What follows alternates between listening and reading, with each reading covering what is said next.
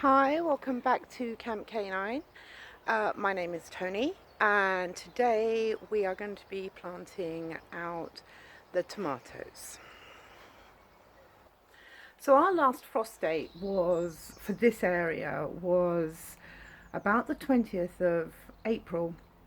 And we are now heading towards that date in May, and yet we still weren't able to plant out our vegetable gardens in case the cold weather hit just too low. Um, I had all my tomatoes laid down along here and covered with the cloth. This stuff is really handy. It's nice and lightweight, and you can easily cover your plants with it. Either pin it down with pins or weigh it down with some stones or rocks, and it's great. It stores up really nice and small to squeeze into one of my drawers, and then I can bring it out when I need it, and I needed it this week. Last year I got this in a panic, and as ever, my wonderful local country store, Moles Country Valley Stores, helped me out, and they sell this on the roll, so you can buy it by the meter down there, which was wonderful. So I'm ready to plant out my tomatoes. I just have one slight problem, and that is that I've still got radish in my beds, and I still have spring onions in my beds.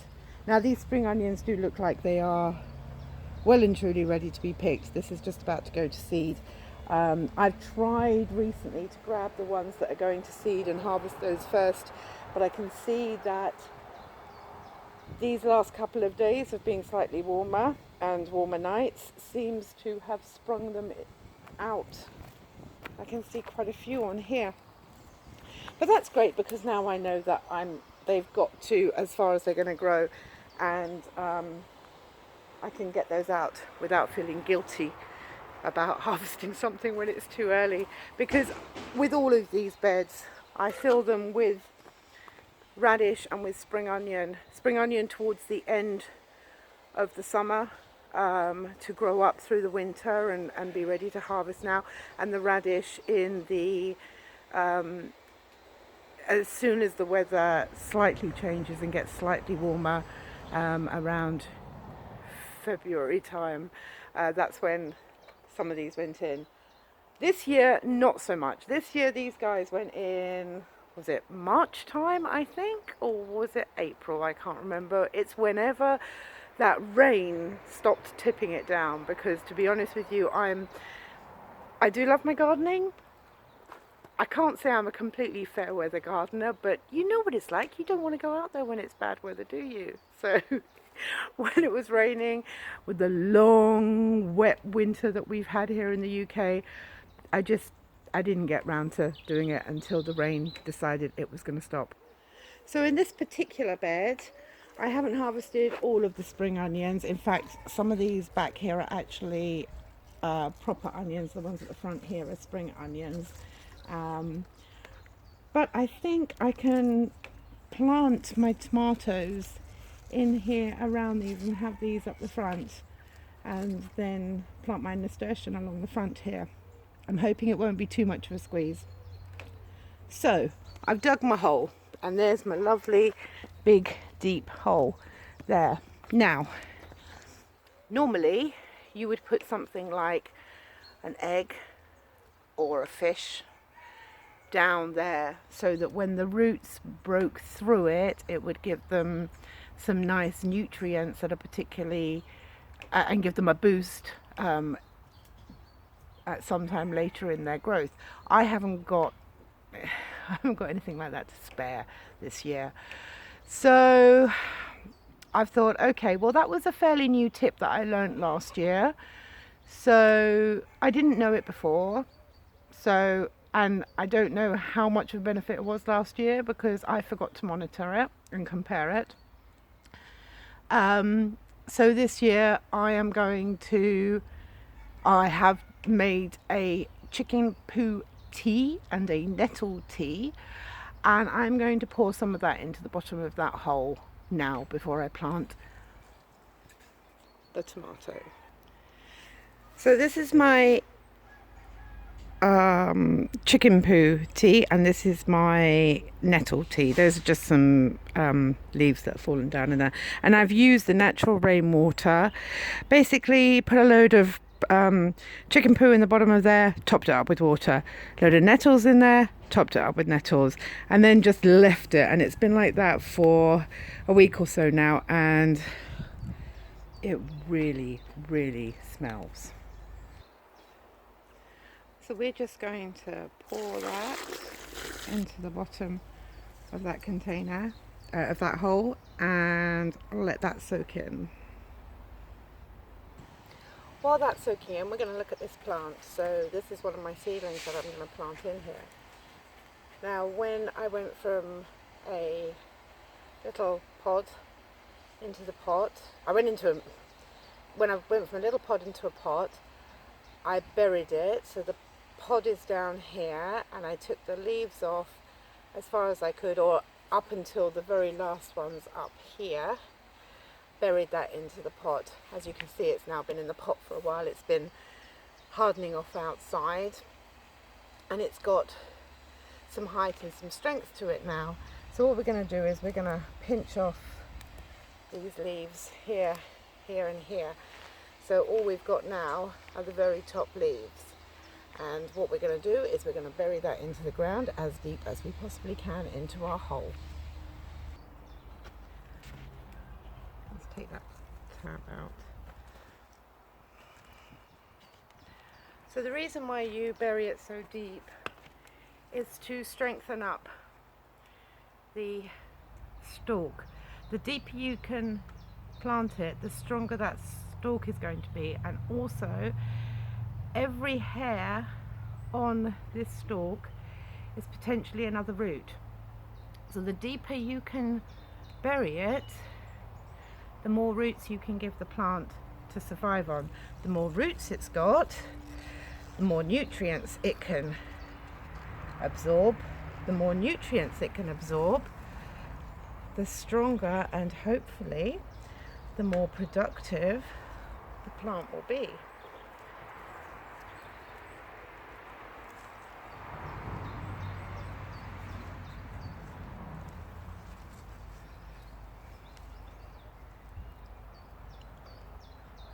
There we go. Lovely. These are my little nasturtium plants by the side. The caterpillars love these, so I tend to plant them all the way around most of my beds. That way the caterpillars are drawn to these and drawn away from my plants. There we go. That's number 4. Okay, note to self, make sure you read the labels before you plant the tomatoes. I have gone round and dedicated each of my planters to a specific species of tomato, and I changed my mind yesterday and I moved what was going to be in this planter over here. And then what did I do? I didn't do the move properly. So when I just finished planting those, I thought, oh, hold on a second, I got one left over. Only to find out that one of the ones that I had planted was not the same species as the rest of the ones that were in there. So there was me just trying to be a bit OCD. So never mind. There'll be 2 species growing here and 2 species growing here. And it's surprising because I thought, oh, I'm never going to be able to tell them apart. But you can, because this is the red zebra and it's got a slightly brighter green than the beef steak. Can you see that? The beef steak is slightly bluer in colour, deeper green. So there you go. That's my lesson for today. Right, so what we've got doing here. Now this is an example, just have a look at this. See how these leaves have drooped on this tomato plant that I've planted in here. Can you see that? Now, don't panic if that happens. Every plant goes through a bit of stress when it moves into a new environment. When you pot it from a pod into a pot, if you find that you have to do it from that pot into a bigger pot, if you really are running out of time and space and up against the weather, you may find that you need to do that. But try your best not to pot on as often as possible, because or pot on as least as possible, because every time you do that, you add stress to the plant. Every time you add stress to the plant, you move it backwards from its development. So these are my Amish paste I'm trying for the first time, because Jessup Roots and Refuge goes on about them all the time. So unfortunately, those guys suffered a little bit too much stress, and it may have been because it was slightly warmer when I planted those in. I was trying to get all of them done by in the morning before it got too hot. It didn't work. So these went out when it was a little bit hotter, and I think that was probably why they are looking so stressed. These guys here are looking nice and strong, which I'm pleased to say, because I dropped the tray which had them in them, and I broke off quite a few of their branches by mistake. So I'm not perfect at this by any means. I've still got these guys to put in. I've still got some guys over there I've still got a lot to put in, to be honest with you. I really have planted too many in this planter. I've gone for 5, but because of the onions taking up so much space, they are too crowded really. You really don't want to plant that many tomatoes in a tub, a container that size. But there's me, I always worry I'm going to kill one somehow something's going to happen to one of them, and I really want to protect my harvests. And I know that kind of goes against it all, because the more plants you have in, the less likely you are to get more fruit, because they're going to fight for the nutrients. But I'm going to see how it goes. If I have to remove one, then I will. If one dies, then it was fate to put 5 in there. But I really should have kept to the 4, or I should have sacrificed the onions and taken them out. However, it is good to plant the onions with the tomatoes, because the smell deters any insects. The only thing is that these onions are left over from last year, so their roots are quite defined at the moment. It would have been better to have harvested those out, planted the tomatoes in there, and then put seed of onions underneath, so that as the tomatoes are growing up and bigger and taking up the upper space, the lower space becomes available for the onions to grow. I've still got to harvest all of these radishes, so I've got a few tomatoes that are behind the others, and those radish are behind the others, so I'm going to leave it possibly until next week, maybe a couple of days before I go to harvest those and bring out the other tomatoes. They need hardening off. These guys, I couldn't help but notice, these are potato-leafed variety of tomato, and they've already got some flowers coming on there, which, had I noticed that before, I may have pinched them off. Maybe they've only just appeared. These ones actually went in yesterday.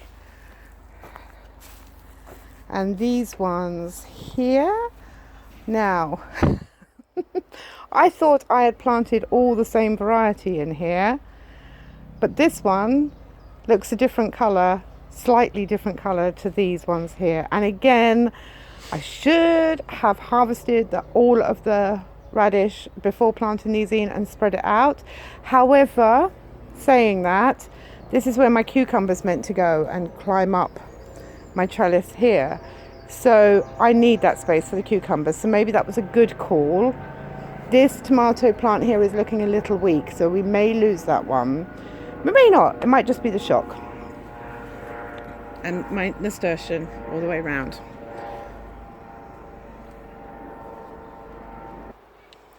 So that's me so far today, and it has actually clouded over now, so I might actually try and get some of my other tomato plants planted whilst it's clouded over. It's a bit cooler. I think I might just risk it.